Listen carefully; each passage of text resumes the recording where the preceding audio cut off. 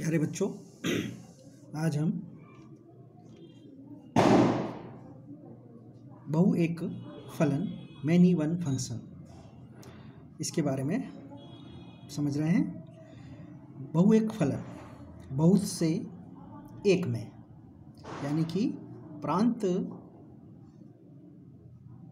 जैसे डेफिनेशन है, परिभाषा लिखी हुई है, इसमें आप देखें कि फलन F such that A tends to be बहुएक फलन कहलाता है यदि प्रांत के दो या दो से अधिक अवयवों का सह प्रांत बी में प्रांत ए के दो या दो से अधिक अवयवों का सह प्रांत बी में एक ही एफ प्रतिबिंब हो, तो उसे हम कहते हैं बहुएक फलन, है ना। एग्जाम्पल जैसे देखिए, कुछ उदाहरण में यहाँ पे आपको बताते हैं। ये पहला गोला जिसको अपन प्रांत कहते हैं, ये सहप्रांत है, ये एक फलन बना रहा है, ये फंक्शन है। यहाँ पर हमारे पास में जैसे समझ लें ये तीन अवयव है, इसमें हमारे पास में जैसे दो अवयव है। यहाँ पे इस पहले वाले ने अवयव ने और दूसरे ने प्रांत के दो या दो से अधिक अवयव का सहप्रांत बी में एक ही एफ प्रतिबिंब हो, ठीक है। और अगर ये तीसरे वाले ने इस दूसरे वाले से बना लिया, तो इस प्रकार से ये जो संबंध कहलाता है ये बहुएक फलन कहलाता है। एक एग्जाम्पल और देखिए,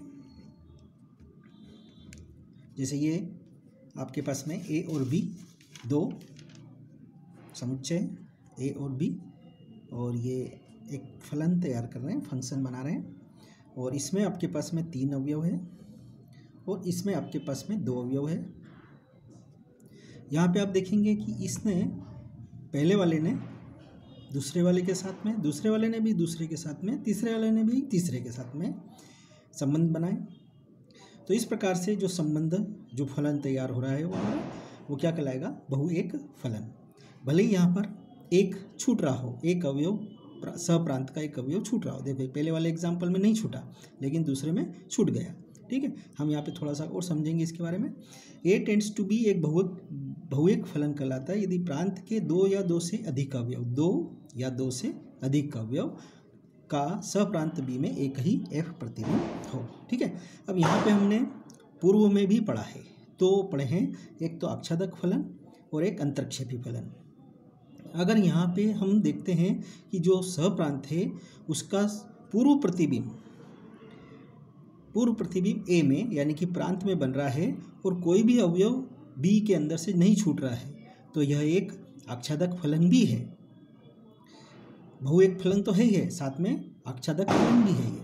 इसी तरह से आप यहाँ देखेंगे कि इसमें सेकंड वाले उदाहरण में यहाँ पे आप देखेंगे कि इसमें ये तीनों अवयव इस सहप्रांत के एक ही अवयव से जुड़े हैं, लेकिन एक छूटा हुआ, तो यह आच्छादक फलन तो नहीं है, बहुएक फलन है, आच्छादक नहीं है, लेकिन अंतरक्षेपी फलन है। क्यों?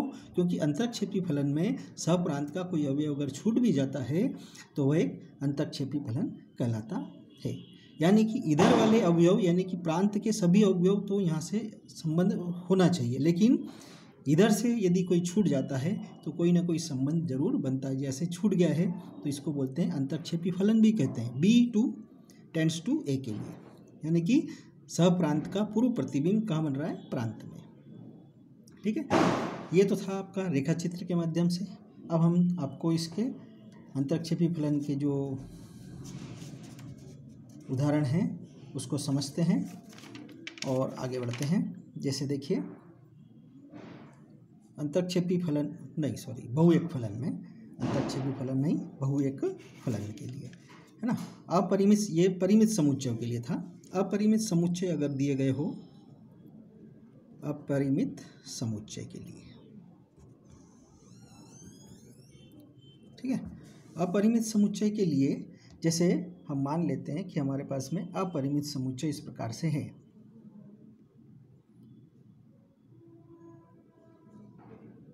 माना दो अपरिमित समुच्चय ए और बी है यदि प्रतिचित्रण f such that r tends to n, real number से नेचुरल नंबर, ये प्रांत है, ये सह प्रांत है, रियल नंबर नेचुरल नंबर, ठीक है। और फलन fx = x² के द्वारा परिभाषित है। तब हम देखते हैं कि हमारे पास में इसका जो बहुएक फलन है या नहीं, इसका पता हम लगाते हैं, ठीक है।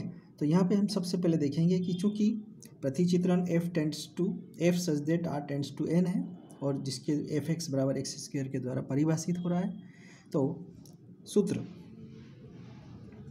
है हमारा fx1 = fx2, और fx1 का मतलब होता है x1², ये लिखा हुआ है, और इसी तरह से यहाँ पे x2², ठीक है। अब x1² और x2² में हम देखेंगे कि जब हम इसको हल करते हैं तो हमारे पास में जो स्क्वायर आते हैं, जैसे x1² - x2² = 0, x -1 x1 - x2, और इधर हो जाएगा x1 + x2 = 0। फिर इसको हल करें अगर हम, तो x1 - x2 = 0, तो x1 = x2 आ जाता है। और यदि इसको हल करते हैं तो हमारे पास में -x2 आता है, यानी कि हम कह सकते हैं कि यहाँ पे x1 यानी कि जो प्रांत है वो तो बराबर है, लेकिन जो मान आ रहा है उसके द्वारा वो बराबर नहीं हो रहा है, ठीक है ना। तो यहाँ से हम देखते हुए लिखेंगे कि चूँकि x1 बराबर नहीं है x2 के, for every x1 and x2 tends to n, यानी कि नेचुरल नंबर, क्योंकि एक माइनस में आ रहा है तो एक नेचुरल नंबर नहीं है, ठीक है ना। तो इसके लिए हम यहाँ पर लिखेंगे कि यह एक बहुएक फलन है, f एक बहुएक फलन है। अब कैसे, एक एग्जाम्पल देते हैं, उदाहरण, x बराबर यदि 1 हो तो f1 = 1 का स्क्वायर हो जाएगा, क्योंकि x² है हमारे पास में, तो ये 1 का स्क्वायर हो जाएगा, 1 का स्क्वायर 1 ही होता है। और यदि इसी तरह से हम यदि x = -1 ले लें, क्योंकि हमारे पास में r है, और r का मतलब रियल नंबर में हम कुछ भी ले सकते हैं, तो आना चाहिए नेचुरल नंबर, ठीक है।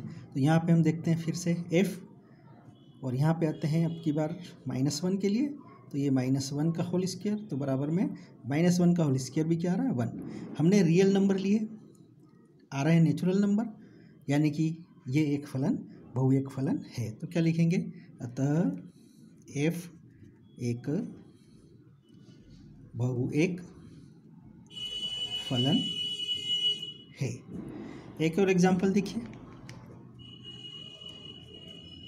एग्जाम्पल में हम देखते हैं कि f such that n tends to r, वही अपरिमित समुच्चय है हमारे पास में, a tends to b, और अब की बार हमने पहले रियल नंबर से नेचुरल नंबर लिया था, अब की बार नेचुरल नंबर से रियल नंबर की ओर, और फलन वही है fx = x²। हम इसको देखते हैं कि ये एक बहुएक फलन है या नहीं है। सबसे पहले सूत्र, ये तो प्रतिचित्रण हो गया, सूत्र लिखते हैं fx1 = fx2, मान रखते हैं x1² = x2²।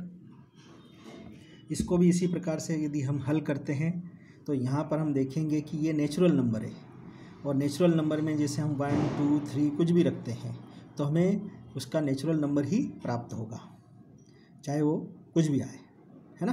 तो इस प्रकार से ये हमारे पास में जो है वो मान सही है, यानी कि हम देखते हैं कि x1 जो है वो बराबर होगा x2 के, for every x1 x2 belong to किसके, n के, क्योंकि अगर हम 1 का स्क्वायर रखेंगे तो इधर 1 ही मिलेगा, 2 का स्क्वायर करेंगे तो 2 ही मिलेगा, यानी कि दोनों तरफ हमारे पास में नेचुरल नंबर ही प्राप्त हो रहे हैं, यानी कि x1 और x2 हमारे लिए नेचुरल नंबर से बिलोंग कर रहे हैं।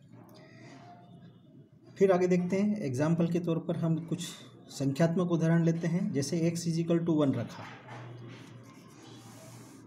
x = 1 रखा हमने, तो x = 1 रखने पर हम देखते हैं कि f1 = 1², और 1 स्क्वायर इज इक्वल टू 1। फिर दूसरा रख देते हैं x2 इज इक्वल टू, अब की बार रख देते हैं हम 2, तो f2 इज इक्वल टू हमारे पास में आ रहा है कितना है 2 स्क्वायर, और 2 स्क्वायर का मतलब हो गया 4।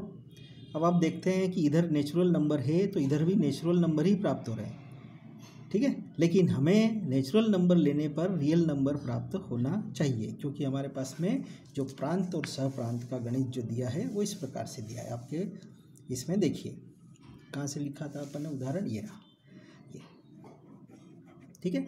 नेचुरल नंबर प्रांत है तो सहप्रांत किससे संबंध रखना चाहिए, रियल नंबर से, जबकि यहाँ पर हमारे पास में सहप्रांत और प्रांत ये इस प्रकार से आ रहा है, यानी कि यह एक बहुएक फलन नहीं है। ये किससे बिलोंग कर रहे हैं हमारे पास में दोनों, ये दोनों के दोनों n से बिलोंग कर रहे हैं, ठीक है, तो इसलिए यह एक, अतः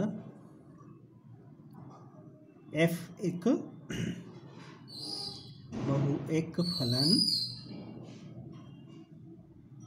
नहीं है, f एक बहुएक फलन नहीं है, ठीक है ना। इस प्रकार से हमने चारों परिभाषाओं को डिटेल में अच्छे से समझ लिया है। अब इसके कारण आसानी से आप अपना सवाल कर सकते हैं हम, ठीक है। धन्यवाद।